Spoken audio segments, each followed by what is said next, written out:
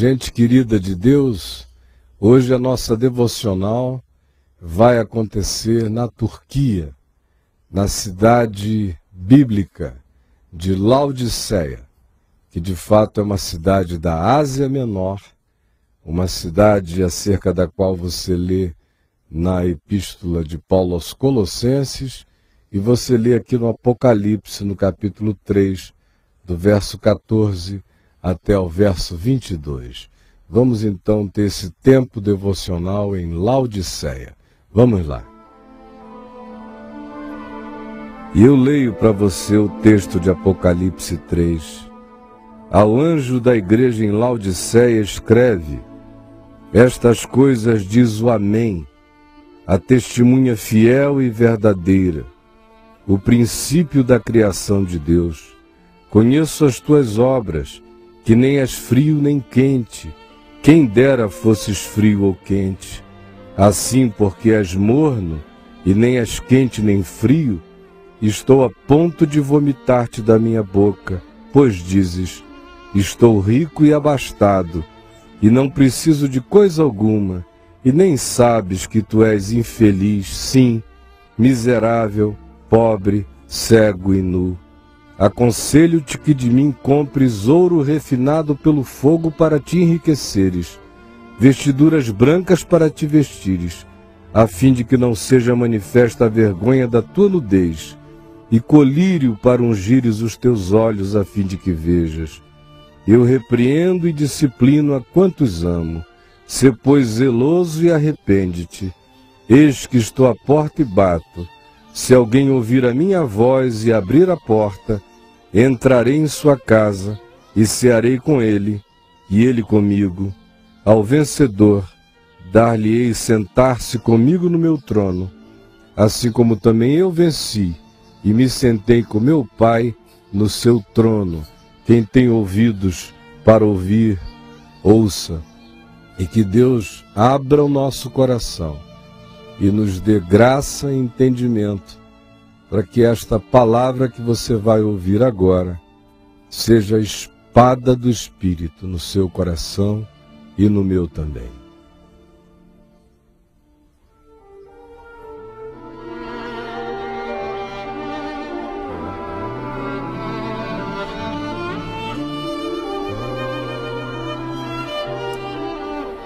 Gente boa de Deus, conforme o nosso querido amigo Augusto nos falou, essa foi uma cidade marcada por muitos terremotos.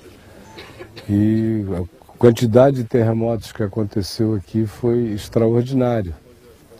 E de fato essa cidade só se tornou uma cidade poderosa por causa das rotas comerciais, como ele disse, que convergiam para cá. Era um lugar de irradiação de produtos, de distribuição e, sobretudo, um lugar de grande produção de produtos importantes para o mundo todo da época.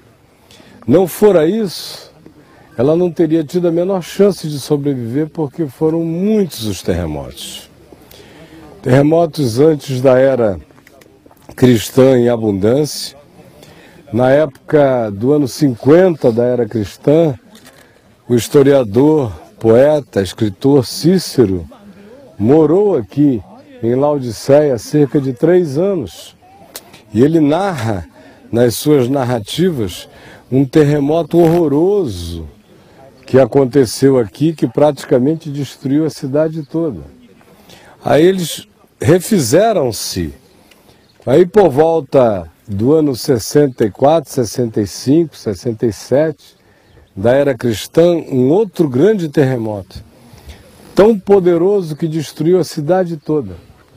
Mas eles eram tão ricos que, diferentemente das outras cidades sob o domínio do Império Romano, eles não precisaram de dinheiro de nenhuma outra cidade, nem de Roma. Eles disseram: deixa que nós nos construímos. Tamanho era o recurso que havia aqui. Como o Augusto disse, e eu queria só detalhar um pouco mais, a cidade é tão antiga quanto a Idade do Bronze, mas ela ganha o seu significado político na época de Antíoco II. Já ouviram falar da dinastia dos Antíocos? Quando Alexandre o Grande morreu, o reino dele foi dividido em 4 generais: Lisâmaco, Cassandro, Seleuco e Ptolomeu. Os Antíocos vêm da linhagem dos Seleucidas, que tiveram a sua base mais importante e fundamental, onde hoje é a Síria, mas cobriam essa região toda. Cassandro ficou mais com a região da Macedônia, da Tessalônica, e Ptolomeu foi para o sul, Palestina e Egito. Cleópatra é descendente dos Ptolomeus. Na época então de Antíoco II, foi que isso aqui começou a efervescer, com a riqueza da cultura grega, helênica, e com produções que tornaram essa cidade extraordinária, e os caminhos que os romanos construíram, porque os romanos foram os grandes construtores de highways, de estradas. Por causa dos caminhos que os romanos construíram, e eram caminhos de uma sofisticação extraordinária, que até hoje os arquitetos estudam a durabilidade das ruas romanas, que cruzavam o império inteiro. Algumas delas estão intactas até hoje. Eu já tenho passado em alguns lugares no mundo onde você tem vias romanas inteiras, como por exemplo no sul de Israel, nas proximidades do Vale de Elá, você caminha um caminho romano intacto, enorme, e o trabalho para fazer aquilo era imenso, mas os romanos sabiam que eles precisavam construir estradas, não só para entrarem e tomarem, mas sobretudo para poderem manter o que tinham tomado, com os fluxos comerciais, porque eles não tomavam os lugares apenas para dizer, temos mais um pedaço de terra. Não era essa a onda dos romanos. O que eles queriam era cobrar impostos dos povos que eles tomavam, pegar os produtos, as matérias-primas ou as manufaturas, porque a cidade de Roma, de fato, era uma meretriz preguiçosa.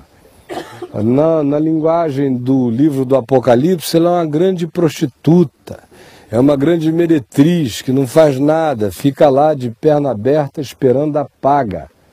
Essa é uma linguagem forte, não é inventada por mim, é inventada pela Bíblia. É a grande meretriz, é uma Gomer cosmopolita, esperando que o dinheiro viesse. Em Roma não se fazia nada.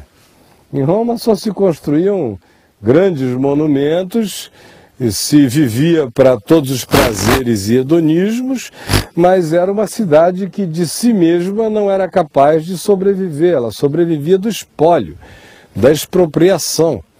Então os romanos construíram as cidades, as estradas, e esta cidade foi uma das que muito se beneficiou com essa teia, com essa web, com todas essas highways de conexão que havia então e haviam sido construídas pelos romanos. Eu disse quando nós estávamos lá em cima, em Hierápolis, que há uma carta de Paulo escrita à igreja de Laodiceia que se perdeu. E é uma pena, né? Para aqueles que são biblicistas, literalistas, bibliolátricos,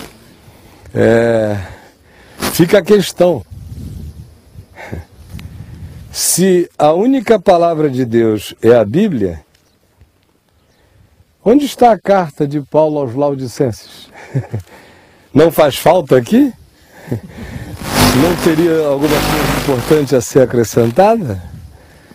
Aqui existe tudo quanto me é útil para a vida e para a salvação. Mas o fato é que, na realidade, para aqueles que são tão aferrados a essa coisa literal, a perda dessa carta teria significado que o cânon sagrado estaria incompleto. Se tudo que Paulo produziu é alguma coisa para ser tratada dessa natureza, a gente tem que dizer, Deus errou nessa, né? Porque essa carta se perdeu não somente essa, mas perderam-se muitas outras cartas. De modo que o que nós temos na Bíblia não é uma coletânea de uma biblioteca de 66 livros, que se faltar um ela está acabada, se sobrar um ela está perdida. O que de fato aqui tem significado não é a quantidade dos documentos, mas é o conteúdo do que está dito. E, sobretudo, se não houvesse mais nada, mas só houvesse o que se diz sobre Jesus e os 4 evangelhos, isso nos bastava. Porque de onde é que vocês pensam que Paulo tirou o que Paulo tirou? Senão do que ele ouviu única e exclusivamente acerca do que Jesus ensinou, sem que houvesse nada escrito, sem que houvesse nenhum evangelho. Ela só da oralidade que transcorria, um discípulo contando para o outro, é que ele fez a sinapse espiritual dele, fez a síntese de tudo e veio a dizer, porque o que eu aprendi, eu não aprendi de homem alguma, me foi dado por revelação do Espírito. Eu, particularmente, teria uma grande curiosidade de saber o que Paulo escreveu à igreja de Laodiceia, não porque eu ache que nós estejamos mutilados pela ausência desse texto, apenas por uma questão histórica. Porque quando a gente chegar em Éfeso, eu vou querer fazer uma comparação. E era uma comparação que eu gostaria de poder fazer aqui em Laodiceia, mas para que eu pudesse fazer a mesma comparação, eu tinha que ter a carta de Paulo aos Laodicenses. Em Éfeso fica fácil a comparação, porque existe a carta de Paulo aos Efésios, e depois nós temos a carta de Jesus enviada através de João, desde a ilha de Patmos, para a cidade e a igreja em Éfeso.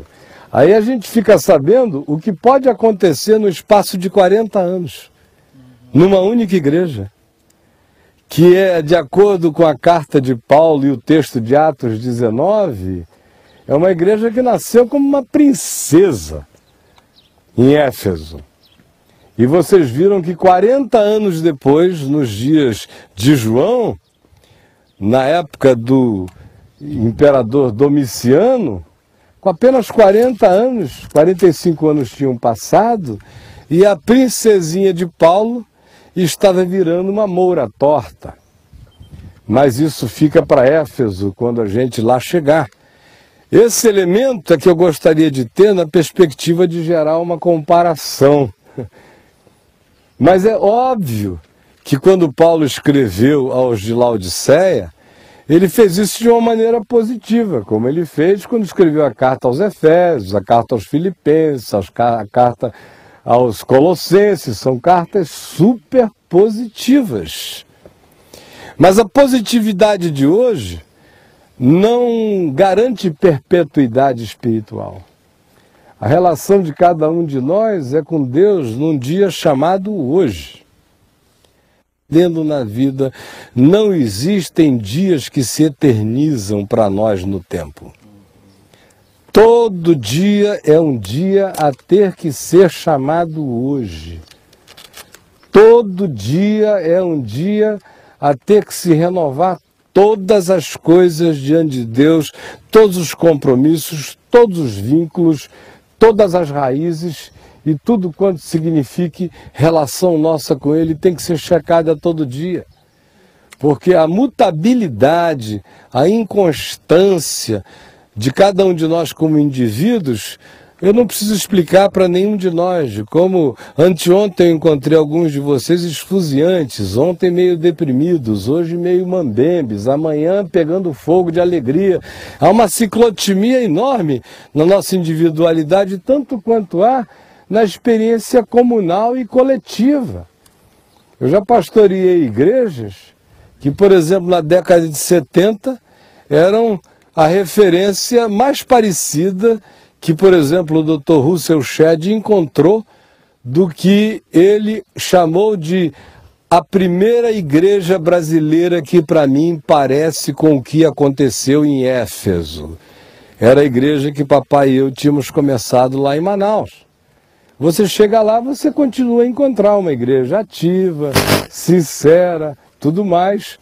Mas aquele amor da década de 70 se foi.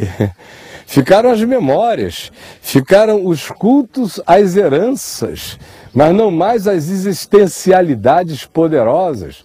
E eu não vou dar outros exemplos, mas os exemplos seriam abundantes de como em 10, 15, 20 anos, 40 anos, aquilo onde um dia houve algo extraordinário pode virar apenas um álbum de família, apenas uma memória.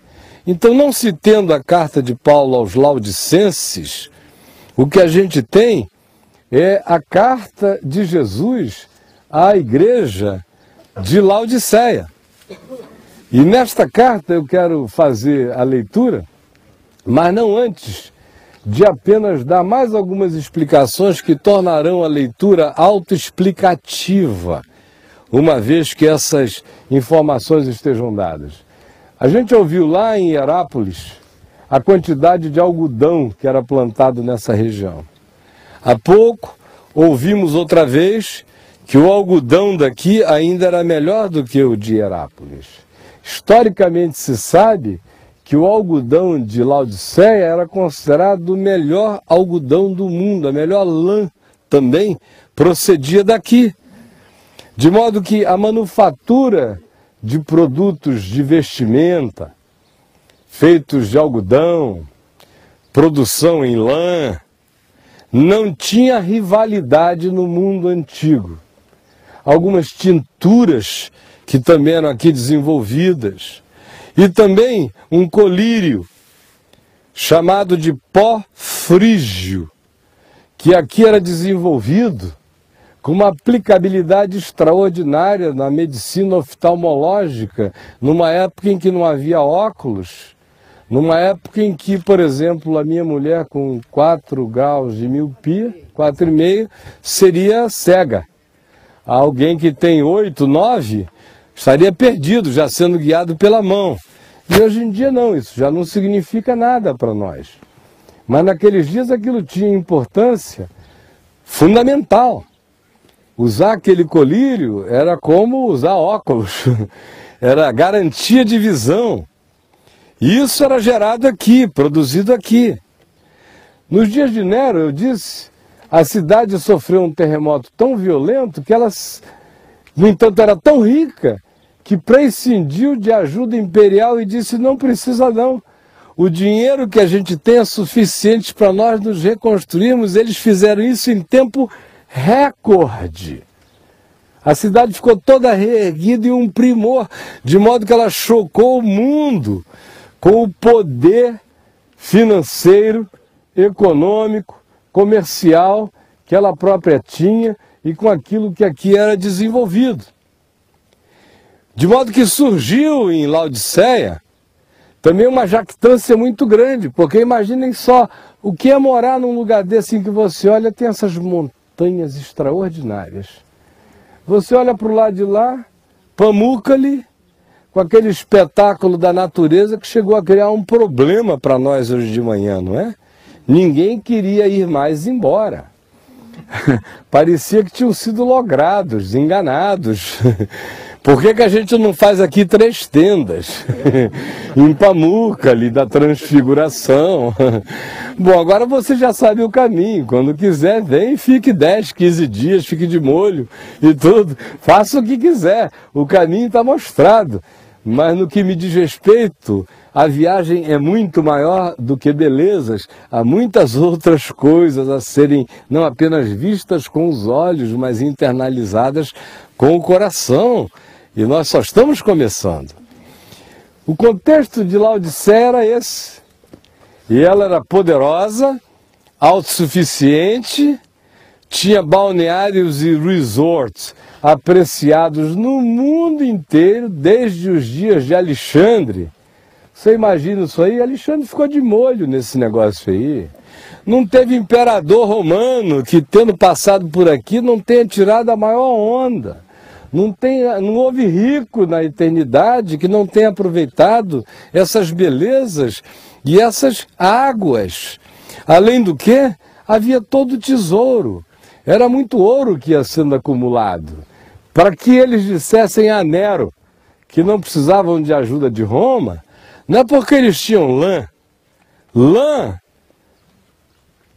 algodão, pó frígio, medicina, lojas, comércios, rotas, produziam no final a única coisa que na antiguidade era estocável com durabilidade e não perecibilidade, que era ouro.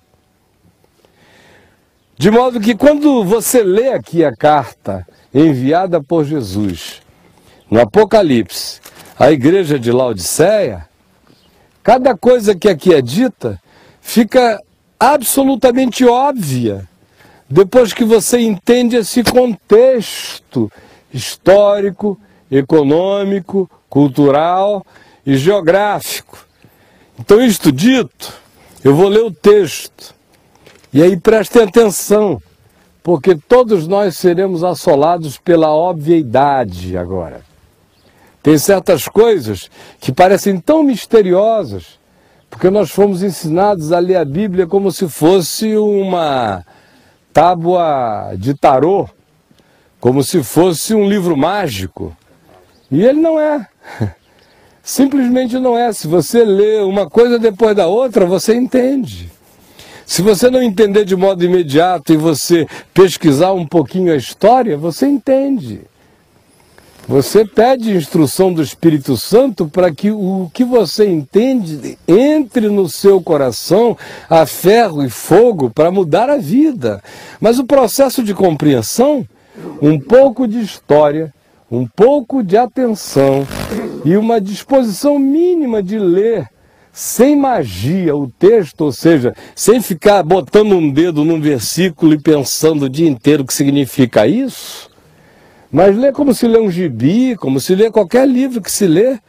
Você não compra um livro numa livraria, aí pega o livro, bota o dedo em cima, aí lê um parágrafo e fica tentando entender o autor. O nível da idiotice produzida em nós é essa.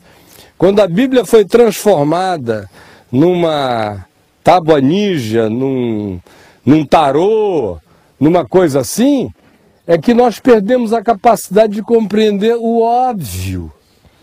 E o óbvio, Nelson Rodrigues diria, ululante, se explicita para nós quando a gente tem um mínimo de conhecimento histórico. Esse pouquinho que a gente adquiriu aqui, que é só um raspãozinho, que não tem tempo, eu só tenho mais 5 minutos, por isso só vou fazer a leitura, já é o suficiente para abrir os nossos sentidos, para deixar a gente ver o que Jesus estava de fato dizendo e o que Jesus estava denunciando. O que Jesus estava denunciando era a arrogância, a autossuficiência, não só de uma cidade, mas sobretudo na cidade, de uma igreja que assimilara todos os valores, todos os significados, todas as arrogâncias, todas as perversões da cultura. Era uma igreja que não se diferenciava da cultura nem do inconsciente coletivo da cidade. Era uma igreja tangida pelo superego de Laodiceia e não pelo Espírito Santo, que estava tão acomodada às facilidades, às belezas, às riquezas e ao poder, que achou que Jesus era apenas um toque, um sinetezinho, uma cerejinha da graça para um pessoal que achava que se bastava e que entrou num estado existencial de mornidão. Ao anjo da igreja em Laodiceia escreve: estas coisas diz o Amém. Amém significa assim seja. Em contraste com uma igreja que não sabe se é ou se não é quente nem é fria, é morna. É uma igreja que não é amém. Tudo aqui nessas cartas tem a ver com aquela primeira introdução do capítulo inicial de Jesus no Apocalipse, onde ele vai se descrevendo. Uma das descrições é: eu sou o Amém, eu sou o que é. É sim, sim ou não, não. Eu sou o Amém das promessas de Deus. As coisas são como as coisas são e não há ninguém com poder de mudá-las. Se Deus disse que elas são de certa forma, desse modo elas serão, e ninguém terá a prerrogativa de fazer conciliações e pequenas alterações. Por isso a carta começa com essa afirmação num lugar onde as pessoas estão na claudicância, estão na mornidão, estão na acomodação, estão tentando viver uma fé seletiva, onde elas chamam para si o que convém, o que interessa, e vão deixando de lado o que talvez não lhes convenha, não lhes interesse. A introdução inicial começa com esse amém. Quem está falando com vocês é aquele que não tem talvez. É isso que se está dizendo. Quem está falando com vocês é aquele que não está em dúvida. É o verdadeiro. Quem está falando com vocês é o Amém de Deus. A testemunha fiel e verdadeira. O princípio da criação de Deus. Outra alusão irônica à Laodiceia, que pensava ser um fim em si mesma. Uma cidade que achava que ela se bastava. A essa cidade Jesus diz: olha, quem está falando com vocês não é aquele que começou no dia em que o Evangelho chegou aí, não.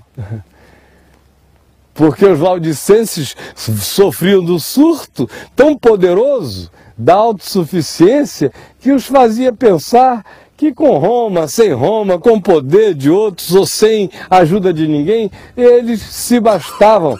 E assim Jesus diz: olha, quem fala é aquele que é o princípio da criação de Deus. Conheço as tuas obras, que nem és frio nem quente. Quem dera fosses frio ou quente. Quem dera tivesse um amém de gelo ou um amém de fogo. Mas esse amém de mornidão me gera náuseas. É bom para a gente ficar de molho, mas não dá para beber essa água. Não dá para ingerir. Provoca vômito. Assim, porque és morno, e nem és quente nem frio, estou a ponto de vomitar-te da minha boca. Essa é uma das declarações mais sérias. Porque quem está falando aqui é aquele que disse: aquele que vem a mim, de modo algum lançarei fora. Mas ele está dizendo a esse pessoal que não quer ser gente do amém, que não quer ser gente do sim, sim, não, não, que não quer ser gente do Deus que é, que quer sempre fazer com que a mornidão seja o estado da sua existencialidade. Ele está dizendo: nesse estado, eu estou a ponto de vomitar vocês, eu tento tragar vocês, mas não dá. Até o estômago de Deus não tolera a existencialidade de vocês. Os alienados, indiferentes, estão em melhor situação do que vocês, que não assumem compromisso profundo nenhum. Ao contrário, cultuam o seu próprio estado, cultuam o seu próprio potencial, cultuam a si mesmos, tornaram-se a medida de todas as coisas para si próprios. Pois dizes: estou rico e abastado. Que era só o que eles diziam. Chegaram a dizer para Nero: ô Nero, e olha que para dizer isso para Nero podia até ofender o doido, né? Nero podia ter um sul, tá pensando o quê? Que não tá precisando de ajuda minha, não? Eu vou derrubar tudo mais ainda e vou tomar o ouro só para vocês pedirem minha ajuda. Mas eles estavam tão cientes do poder deles que nem a ajuda de Nero no terremoto da época de Nero eles precisaram, eles se auto-reconstruíram. E o Apocalipse diz que eles entraram nesse estado de existencialidade morna por causa desse sentimento de autossuficiência. A autossuficiência não deixa a gente mergulhar de cabeça em Deus e nem em coisa nenhuma. Não deixa nem a gente amar a mulher nem o marido com totalidade. Não deixa nem a gente trocar com um amigo, não gera nem fraternidade. Não deixa nem o indivíduo desenvolver sentimento de paternidade ou maternidade inclusiva com aquela sadia necessidade dos filhos. Porque você se basta. Porque quando o poder chega nesse nível, todas as outras coisas vão se tornando objeticas à nossa volta, são para o nosso uso. Nós nos bastamos, nós somos autossuficientes e Jesus dá o diagnóstico: vocês ficaram nesse estado de mornidão existencial, transformando a geografia, transformando a produção mineral, transformando a riqueza turística, hídrica, maravilhosa para o descanso, numa coisa negativa do ponto de vista existencial, brincando e trabalhando com os elementos presentes para apresentar essa mensagem esmagadora. O diagnóstico é esse: vocês estão assim porque dizem de si mesmos, proclamam em alto e bom som a autossuficiência de vocês. Estou rico e abastado e não preciso de coisa alguma. Nem sabes que tu és infeliz, sim, miserável, pobre, cego e nu. E ele usa todos os elementos da jactância de Laodiceia para desconstruí-la. Estou rico e abastado, não preciso de coisa alguma, e não sabes que tu és infeliz, ainda que tu tenhas dinheiro para produzir todos os festivais gloriosos, é só carnaval. Quarta-feira é dia de cinza na alma. Essa mornidão não mantém o espírito vivo para sempre e jamais. Tu és infeliz. Dizes que estás cheio de ouro, tu és miserável aos meus olhos. Tu és pobre.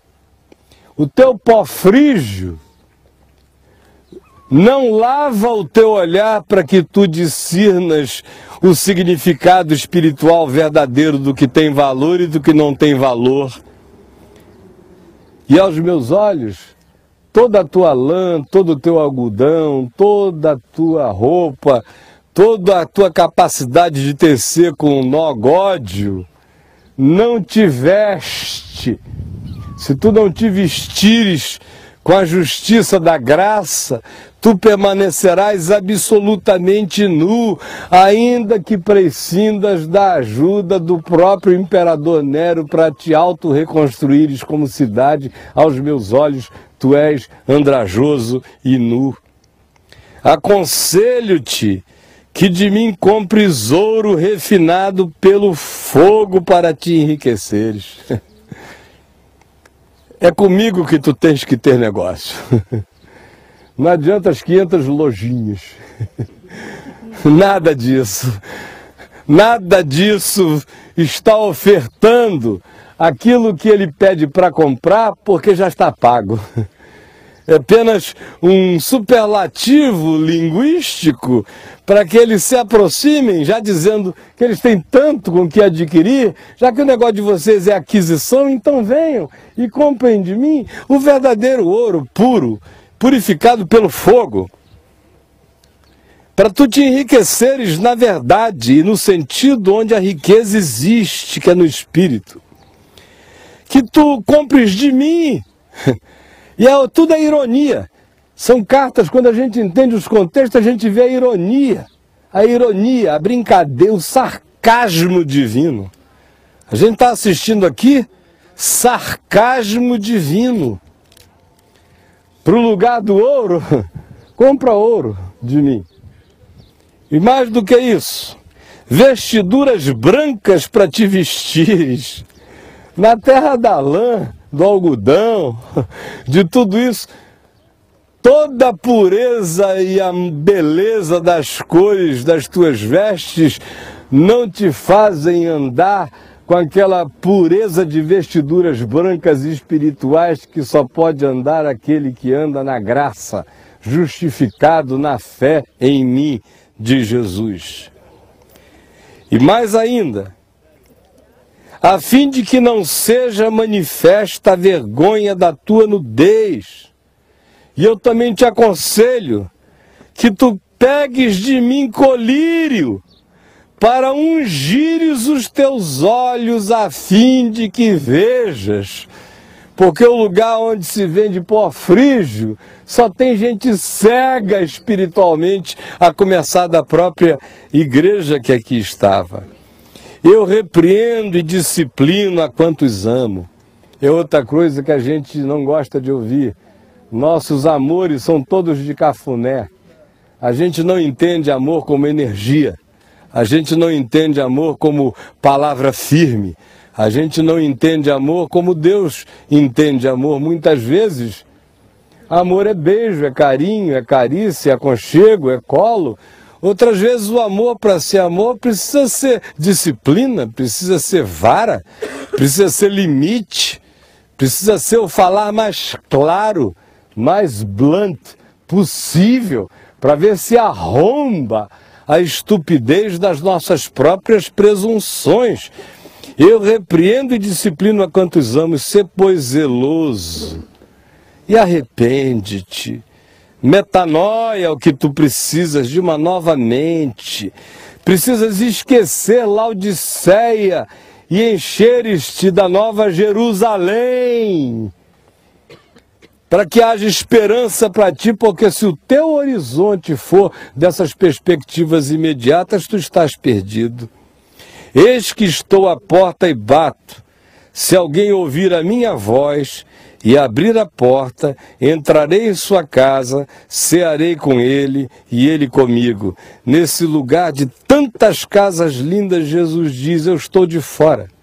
Estou de fora da igreja, estou de fora do coração de vocês. Vocês se bastam e não me têm. Quem se basta, não me tem.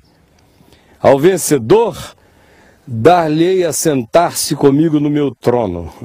Já que o negócio de vocês é grandeza, é trono, vocês estão sentados no trono errado. Os terremotos vão derrubar, já derrubaram e derrubarão. Depois do ano 498, já no período bizantino, um terremoto devastador, dentre os muitos que houve aqui, veio e destruiu a cidade e ela foi ficando inabitada daí para frente. Porque o trono nunca foi esse aqui. Ao vencedor dar-lhe-ei sentar-se comigo no meu trono, assim como também eu venci. Não com esses meios e não com esses recursos. E me sentei com meu Pai no seu trono. Quem tem ouvidos, ouça o que o Espírito diz às igrejas. Que Deus nos